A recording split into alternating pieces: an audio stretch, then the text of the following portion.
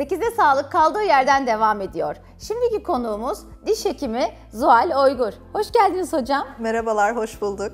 Zuhal Hocam hoş geldiniz. Hoş bulduk. Günümüzde dijital hekimlik artık hakikaten inanılmaz derecede prim yapıyor ve bütün hastaların da istediği bir konu haline geldi. Diş hekimliğinde de bu inanılmaz bir şekilde ilerliyor.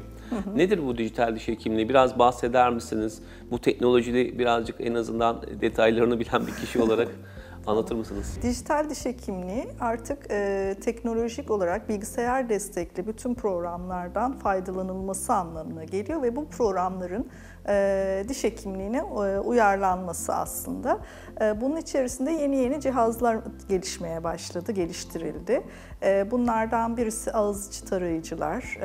Onun dışında tarayıcıları, yani ağız içi tarayıcılarla aldığımız ölçüler üzerinde yapabildiğimiz tasarım programları var.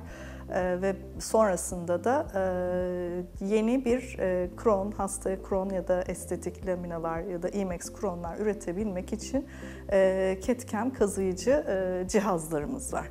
Yani artık önümüzdeki yıllarda neredeyse hastanın baş işlemini eski konvansiyonel sistemleri tamamen bırakarak ölçüden bitime kadar tamamen dijital bir zincir halinde yapmaya başlayacağız. Artık yani o alçılarla falan ağız içinde ölçü almalar dönemi bitti diyebilir miyiz? Evet, bitiyor. Yavaş yavaş bitiyor.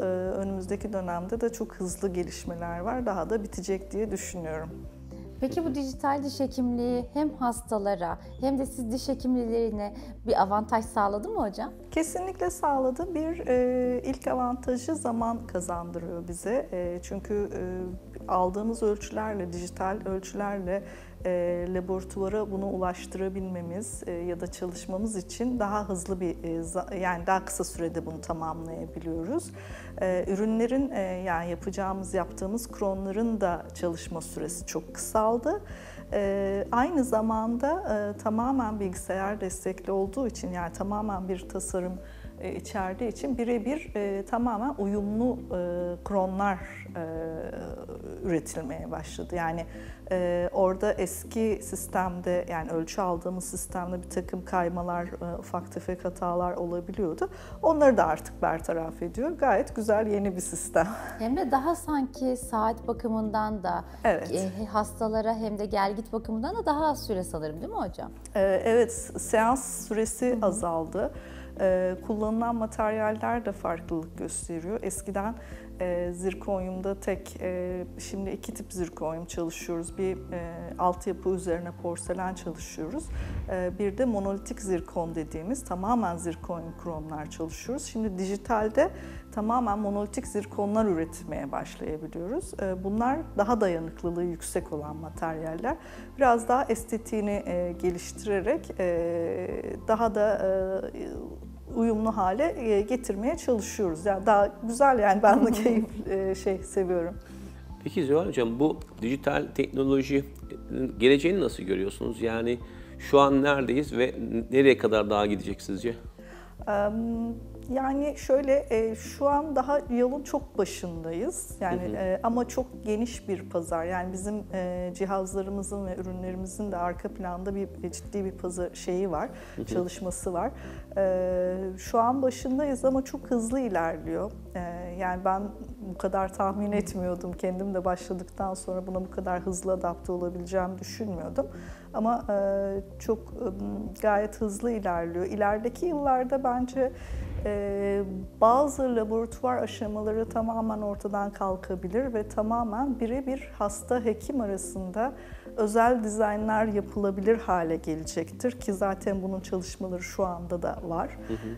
Biz de klinikte bazen yani çok özel tasarımları kendimiz özellikle yapıyoruz. Çünkü hastayı birebir tanıdığımız için ve hastanın yüzüne neyin uyabileceğini düşündüğümüz için tasarımı biz yapıyoruz. Biraz daha diş hekimleri bu konuda, yani kliniklerde bu iş daha aktif hale gelecek. Yani bütün sistemi neredeyse kliniklere taşıyacak diye düşünüyorum ama şöyle de bir şey var, bu yatırımlar, bu şeyler ciddi de emek isteyen, çaba ve öğrenme, çalışma isteyen şeyler. Tabii ilerideki yeni diş hekimleri bu konuda ne kadar çalışırlarsa o kadar dijitalin içerisinde olacaklardır diye düşünüyorum. Yani şunu mu öngörüyorsunuz? Mesela diyelim hasta geldi, hekim olmasa bile bir ağız içi taraması yapıldıktan sonra, bütün tasarımlar yapıldıktan sonra onu 3 boyutlu tarayıcıya ya da 3 boyutlu işlem uygulayıcısına verdikten sonra o zaman biz hekimlerin buradaki rolü ne olacak o zaman? Hekimlerin zaman rolü var. Yani hekimsiz olmaz. Hekim elbet olacak. Yani hekim bunu yöneten ve organize eden kişi olarak her zaman kalmak zorunda. Çünkü her zaman kişiden kişiye farklılıklar var, detaylar var. Ve oradaki detayları başka birinin yapması ve onu öğrenmesi çok pratik bir şey değil. Yani gerçekten arkada diş hekimliğine dair bir bilgi içeriyor. O şeyi alması lazım. Hekim daha zamanlı, efektif kullanabilecek. Belki daha fazla hasta bakabilir. Ama arka planda da gene çalışması gerekiyor. Peki hata oranınızı ya da hata oranı demeyeyim de yani bu tip işlemlerle çok minimal şeyleri bile görebiliyorsunuz. Evet. Çok minimal bir şekilde yapılabiliyor. Yani en Evet. ufak bir hata payı olmadan diyeyim yani insani gözle yapılabilecek hiçbir şey olmadı. Çünkü tamamen bilgisayar destekli milimetrik işlemlerden Evet. bahsediyoruz. Bu hakikaten hastaların sonrasıyla ilgili şikayetlerini azalttı mı? Dijital olarak Kesinlikle planlanan işlemler. azalttı. Şöyle, bu tarayıcılarla aldığımız ölçülerde biz bir kapanış, hastanın normal kapanışını da ideal bir şekilde alabiliyoruz. Ve bunu birebir şeye aktarabiliyoruz. Yani bilgisayarda bir sisteme aktarabiliyoruz. Hastanın normalde protezleri yapıldıktan sonraki haliyle yapılmadan önceki hali arasında kapanışı, yani çiğnemenin normal oklüzyon hali tamamen aynı kalabiliyor. Değiştirmek istediğimizde de gene bunu çok az bir miktarda değiştirebiliyoruz. Yine bunu dijital, yani bilgisayar ortamında yapıyoruz. Bu bize birçok güvenlik alanı sağlıyor. Yani normalde biraz daha göz kararı çalışılıyor şeylerle. Yani hastanın protezi yüksek olabiliyor. İşte yani bütün işler yapıldığında hafif 1-2 milim oynadığında hasta çiğnemekte zorlanabiliyor, ekleme yük binebiliyor. Bunlar tamamen ortadan kalkıyor açıkçası. Çünkü hastanın ilk oklüzyonunu, ilk hareketini bile aktarabiliyoruz. Hatta bunun içerisine tomografiler de eklenip onlarla da birleştirilip, çünkü bu programlar bunu da sağlıyor. Birebir uyumlu, yani tamamen anatomiye uyumlu ürünler, yani kromlar, protezler, estetik restorasyonlar çıkartılabiliyor. Ya provaya bile gerek kalmıyor artık diyebilir miyiz? Prova dediğimiz hani önceden diş hekiminde bir şey yapıldığında işte bugün git bir Evet. deniyorsunuz. Bir İşte hafta sonra şurada tekrar. hafif bir çıkıntı varmış. Hadi onu yapalım, tekrar gidiyor, geliyor gibi. Gerek kalmıyor. Orada sadece hastanın arzu ettiği ekstra bir şey olursa ufak tefek onlar oluyor. Ama o kadar şey ki, yani provaya bile gerek kalmıyor gerçekten. Evet, sanırım bir de hocam atıyorum dolguluk geldi. Ben dolgu yaptırmak istiyorum dedi hasta. Ama siz dediniz ki hayır bak bu dişlerde de sıkıntı var. Aslında zirkonla birlikte hepsini yapsak, kaplasak çok daha güzel olurlara da daha fazla noktalara koyuyoruz sanki. Yani evet, daha hastanın temel... Komplike bir bakım gibi. Evet, kesinlikle daha da modifiye edebiliyoruz. Yani bir tarafta dolguları da bu şekilde üretebiliyoruz ayrıca tamamen bu porselen dolgularımız var. Onları da bu şekilde kazıyıcılarda üretebiliyoruz, zirkonları da üretebiliyoruz. Hepsini kombine de çalışabiliyoruz. Daha detaylanıyor tedavi. Gayet eğlenceli bence. Evet. Kimsenin diş hekimlerine, aslında biliyorsunuz ki diş hekimlerinden bazı kişiler böyle çekinir, küçüklükten kalma, Evet. korkarlar. Evet. Bununla ilgili artık hani daha da artık teknoloji ilerledi diye seyircilerimize de söyleyebilir miyiz? Evet, kesinlikle. Korkmaya gerek yok. Hayır, hiç gerek yok. Hem daha da ilerliyor, hem daha da gelişiyor ve yani neredeyse artık sıfır hataya doğru gidiyor. Çünkü bizim yaptığımız iş zaten hekim tek başına hiçbir şey yapamaz. Belirli cihazlara ihtiyacı var. Biz her zaman böyle çalışmak durumundayız. Ne kadar cihazlarımız güçlenirse ve biz ne kadar tecrübeliysek ortaya çıkan işin kalitesi de o kadar güzel, Peki, iyi oluyor. hastaya maliyet olarak, ekonomik olarak bir ekstra bir külfet getiriyor mu? Yoksa tam tersine zamanı kısalttığı için, prova sayısını azalttığı için daha mı ucuza gelmiş oluyor işlemler? Biraz da şeylere bağlı olduğu için, materyaller de olduğu için ve ekstra bir yatırım olduğu için şu an ekonomik avantajlar sağlamıyor. Ama önümüzdeki dönemlerde, yıllar içerisinde ekonomik avantajları da olacaktır diye düşünüyorum. Çünkü bu konu biraz daha yaygınlaşacaktır. O zaman fiyatlar da ucuzlayacak, cihazların maliyeti, teknolojik cihazlar da ucuzlayacak. Biraz daha değişecektir. O da otomatik olarak hastalara yansıyacak. Kesinlikle.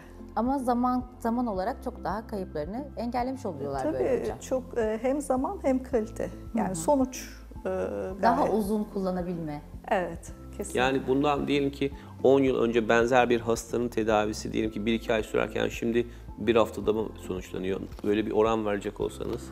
Eğer hani diş etinde cerrahi bir işlem yapılmadığı müddetçe evet çok hızlı sonuçlanıyor. Yani bir hafta gibi bir sürede tamamlanabilir. 4-5 gün hatta 2 günde bile tamamlanabilir restorasyonlar var vakanın durumuna göre. Yani bir tek kronu düşündüğümüzde bunun yapılması bir 2 saat içerisinde bile olabiliyor. Hasta işte küçük bir işini halledip ya da orada beklerken hastanın o tek bir kronu tamamlanıp gidebiliyor. Yani gün bile atmıyor bazı vakalarda. Hocam gelen hastaya önceniz bu ama bak sonrasında yapılan işlem bu gibi bir şekilde gösterim var mı? Görüntü. Bu dijitalde şimdi gülüş tasarımı olarak yapıldığı zaman şimdi bir şeyde bizde belli programlar var işte hastanın yüzünü fotoğraflıyoruz. Belli bir programla bakın işte sonraki hali bu olacak diyoruz. Ama bu tabii sadece 2 boyutlu bir düzlemde verebildiğimiz bir yanıt. Bu tabii 3. boyut yani hastanın realitesi ortaya yani o söz konusu olduğunda birebir tutmayabiliyor. Ama bu dijital ölçülerle yani ağız içi tarayıcılarla aldığımız hem resimleri hem her şeyi birleştirip hem bir de oradan bir tasarım ürünü çıkartarak hastaya bunu bakın sizin dişleriniz bu şekilde olacak birebir şeyini verebiliyoruz. Bilgisini verebiliyoruz yani. Sizler sayesinde de teknolojiyi bu kadar fazla hem diş hekimliğine aktaran hocalarımız oluyor hocam. Evet. Çok teşekkürler vermiş olduğunuz bilgiler için. Çok güzeldi tekrar. Ağzınıza sağlık. Teşekkür ederim. Bugün bizlerle diş hekimi Zuhal Oygur beraberdi ve bizlere dijital diş hekimliğinin en ince ayrıntılarına kadar anlattı. 8'de sağlık tüm hızıyla devam ediyor.